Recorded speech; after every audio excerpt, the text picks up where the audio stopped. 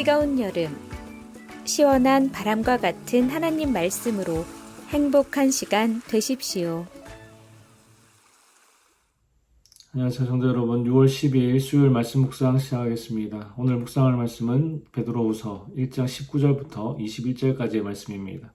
2 Peter chapter 1 verse 19 to 21 함께 읽겠습니다. 또 우리에게는 더 확실한 예언이 있어 어두운 데를 비추는 등불과 같으니 날이 새어 샛별이 너희 마음에 떠오르기까지 너희가 이것을 주의하는 것이 옳으니라. 먼저 알 것은 성경의 모든 예언은 사사로이 풀 것이 아니니 예언은 언제든지 사람의 뜻으로 낸 것이 아니요 오직 성령의 감동하심을 받은 사람들이 하나님께 받아 말한 것임이라. 아멘. 초대교회가 로마 네로 황제로부터 박해를 받던 시기에 베드로는 그의 첫 번째 편지를 소아시아 지역으로 흩어진 그리스도인들에게 보냈습니다. 그리스도인들이 하나님의 백성으로서의 정체성을 바로 알고 또 박해 가운데서도 믿음으로 인내해야 할 것을 고면했습니다. 그것이 바로 베드로 전서지요. 베드로는 그의 첫 번째 편지를 보냈던 로마에서 두 번째 편지도 보내게 되는데 그 편지가 베드로 후서입니다. 편지의 내용을 보면 그의 죽음이 임박했다는 것을 알 수 있는데 전승에 따르면 베드로는 로마에서 십자가에 거꾸로 달려 순교했습니다. 베드로 후서의 내용을 보면 자신이 곧 로마에서 처형당할 것을 알고 있었던 것 같습니다. 그래서 베드로는 그의 유언과 같은 마지막 편지를 통해서 초대교회 성도들을 진리 가운데 바로 세우고 그들에게 경건한 삶을 살도록 권면하고자 했습니다. 무엇보다 당시 초대교회에 퍼진 거짓 교사들의 가르침에 반박했고 예수 그리스도의 재림에 대한 소망과 확신을 주고자 베드로후서를 기록했습니다. 그래서 베드로후서는 전반적으로 거짓 교사들의 가르침과 또 예수 그리스도의 재림에 대한 말씀이 나오는데 오늘 본문에도 그 주제가 언급되고 있습니다. 생명의 삶 오늘 본문은 1장 12절부터 21절까지 말씀인데 마지막 3절만 함께 읽었습니다. 오늘 읽진 않았지만 12절 하반절에 보시면 내가 항상 너희에게 생각나게 하려 하노라. 그리고 15절에서도 내가 떠난 후에라도 어느 때나 이런 것을 생각나게 하려 하노라. 베드로는 이 편지가 자신의 유언과도 같다는 것을 알리면서 이 편지가 진리를 상기시키는 역할을 하기 원했습니다. 이 편지가 무엇을 상기시키는 역할을 하기 원했다고요? 베드로가 이미 성도들에게 가르친 진리를 항상 잊지 않도록 상기시키기 원했습니다. 한 교수가 11시 수업을 위해서 강의실에 도착했는데 학생들에게 내줄 시험 문제를 차에 두고 왔다는 것을 알게 되었습니다. 학생들은 교수에게 문제지를 가져오시라고 했고 교수는 차로 걸어가면서 자신이 현재 진행하고 있는 연구에 대해 생각하다가 지금 왜 차로 돌아가고 있는지를 잊어버렸습니다. 교수는 차에 올라타서 곧바로 점심을 먹으러 집으로 가버렸습니다. 이 교수에게는 기억을 도와줄 수 있는 사람이 필요했습니다. 우리도 마찬가지지요. 우리가 주일 예배를 통해 설교를 듣고 또 매일 아침마다 새벽 기도에 나와서 말씀을 듣고 혹은 집에서 매일 큐티를 할 때마다 완전히 새로운 말씀, 처음 듣는 말씀을 대하는 것이 아니죠. 이미 잘 알려진 주제들을 다시 한번 강조하는 말씀드립니다. 예수 그리스도의 오심과 죽음 그리고 부활, 믿음을 통한 어떤 구원, 기도와 회개, 천국 소망, 죄에 대한 그런 주제들이죠. 우리에게 이런 말씀들이 계속해서 상기되어야 하고 새롭게 들어야 할 필요가 있다는 뜻입니다. 이 당시 상황은 성도들에게 굉장히 어려웠습니다. 밖에서는 핍박이 계속 증가하고 있었고 교회 안에서는 거짓 교사들이 악한 교리들을 가르치고 있었습니다. 베드로는 성도들이 지속적으로 믿음 위에 굳건히 설 수 있도록 진리를 항상 상기시켜 주기 원했고 이미 그들이 배웠던 진리 안에서 그들의 믿음을 재정립하기 원했습니다. 구체적으로 베드로가 상기시키기 원하는 첫 번째 내용은 어제 본문 5절에서 7절까지의 말씀에 베드로가 강조했던 그런 덕목들입니다. 5절부터 한번 보시면 믿음, 덕, 지식, 절제, 인내, 경건, 형제 우애, 그리고 사랑입니다. 성도의 믿음이 참된 믿음인지 아닌지는 그 삶에 그리스도의 성품의 열매가 맺히는가, 맺히지 않는가로 확인할 수 있습니다. 왜냐하면 믿음에는 반드시 외적인 증거가 따라오기 때문이지요.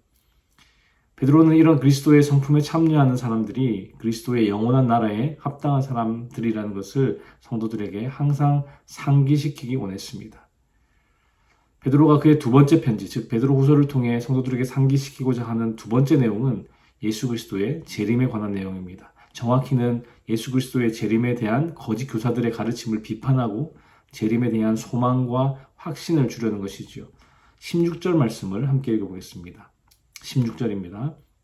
우리 주 예수 그리스도의 능력과 강림하심을 너희에게 알게 한 것이 교묘히 만든 이야기를 따른 것이 아니요 우리는 그의 크신 위엄을 친히 본 자라. 초대교회 성도들은 예수님의 재림이 속히 올 것이라고 생각했습니다. 그런데 그들의 예상과는 달리 예수님의 재림이 지체되다 보니까 예수님의 재림 약속에 대해 의구심을 갖는 사람들이 생겨나기 시작했습니다. 그리고 예수를 믿지 않는 유대인들이나 이방인들이 성도들을 조롱하면서 예수님의 재림에 대해 질문하기도 했습니다. 그 질문에 대해 베드로는 여러 가지 근거를 가지고 대답을 합니다. 베드로후서 자체가 초대교회에 퍼진 그 거짓 교사들의 가르침에 반박하고 예수 그리스도의 재림에 대한 소망과 확신을 주기 위해 기록되었기 때문에 2장과 3장에서 베드로의 더 자세한 설명이 나옵니다. 오늘 본문 16절에서 18절에도 같은 주제가 언급되고 있는데 16절을 보시면 우리 주 예수 그리스도의 능력과 강림하심을 너에게 알게 한 것이 교묘히 만든 이야기에 따른 것이 아니요.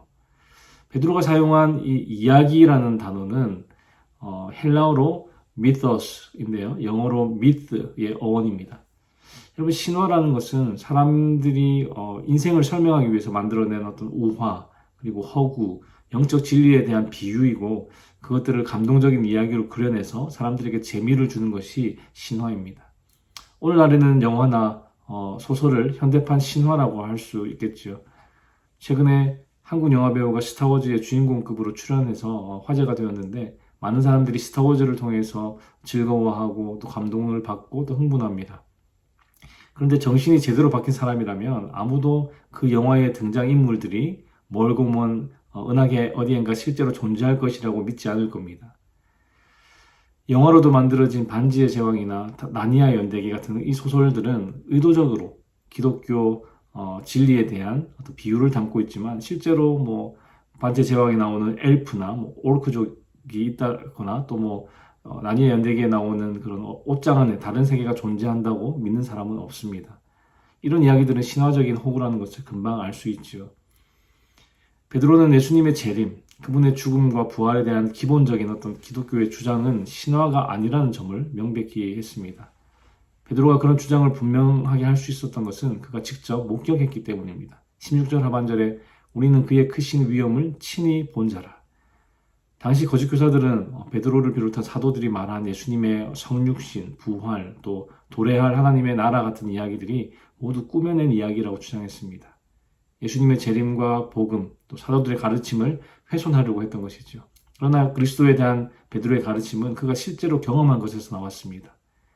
그가 예수님의 크신 위엄을 친히 보았다고 말한 것은 마가복음 9장에 나오는 변화산 사건을 의미하는데 베드로는 그가 변화산에서 예수님이 영광스럽게 변모하시는 것을 본 경험에 비추어 주님의 부활과 재림의 확실성을 주장했습니다.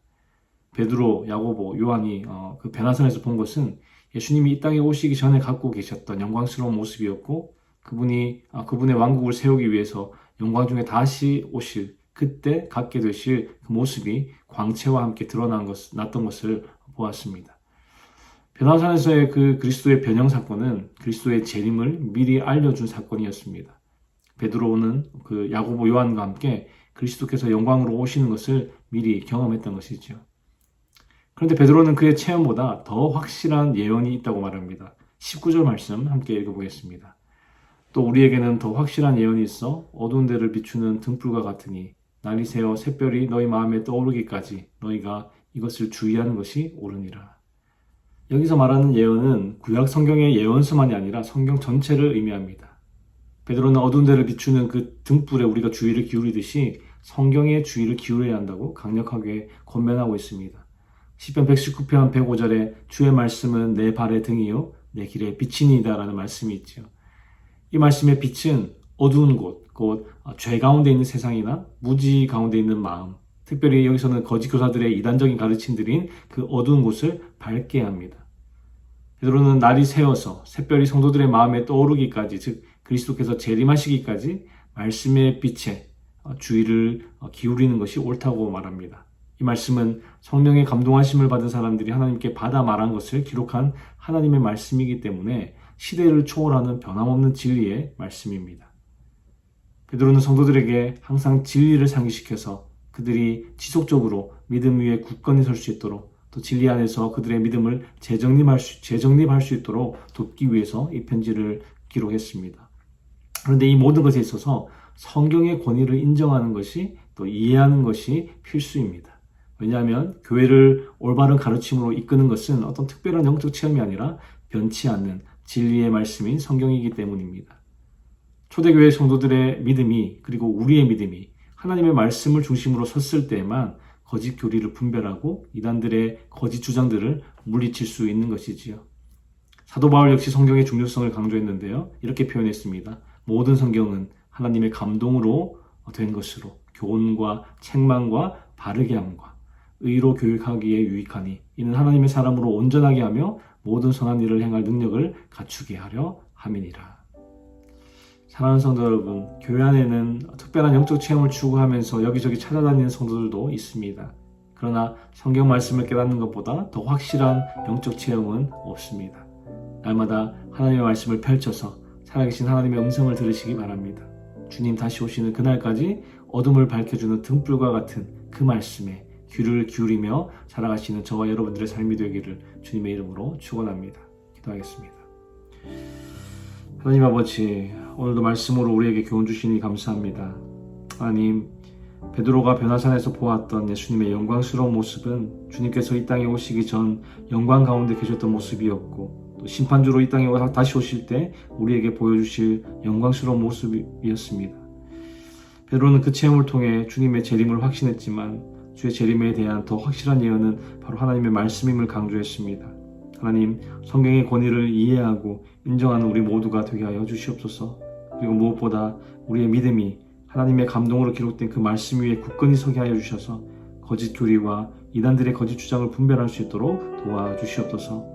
주님, 오늘도 주께서 주시는 힘과 은혜로 살아가기 원합니다. 주의 도우심으로 승리하는 하루 되게 하여 주시옵소서. 감사를 드리며 예수 그리스도의 이름으로 기도하였습니다. 아멘. 수요일 기도 제목으로 함께 기도하시겠습니다. 교육부 및 청년사역을 위해 기도하실 때 영아부, 유아부, 초등부, 중고등부 교회학교를 통해 어릴 때부터 아이들이 복음을 만나도록, 그리고 대학부, 청년부, EM사역을 통해 영적 부흥이 일어나도록 기도해 주시기 바랍니다. 구역 예배를 위해 기도하실 때에는 우리 구역장님들이 예배를 성령 충만함으로 인도하도록, 구역장님들이 그 섬김을 통해 각 개인이 먼저 은혜와 복을 받도록 기도해 주시기 바랍니다. 선교사님들을 위해 기도하실 때에는 네팔의 윤성철 선교사님, 터키의 하상욱 선교사님, 일본의 문일배 선교사님, 페루의 윤애경 선교사님을 위해서 기도해 주시기 바랍니다.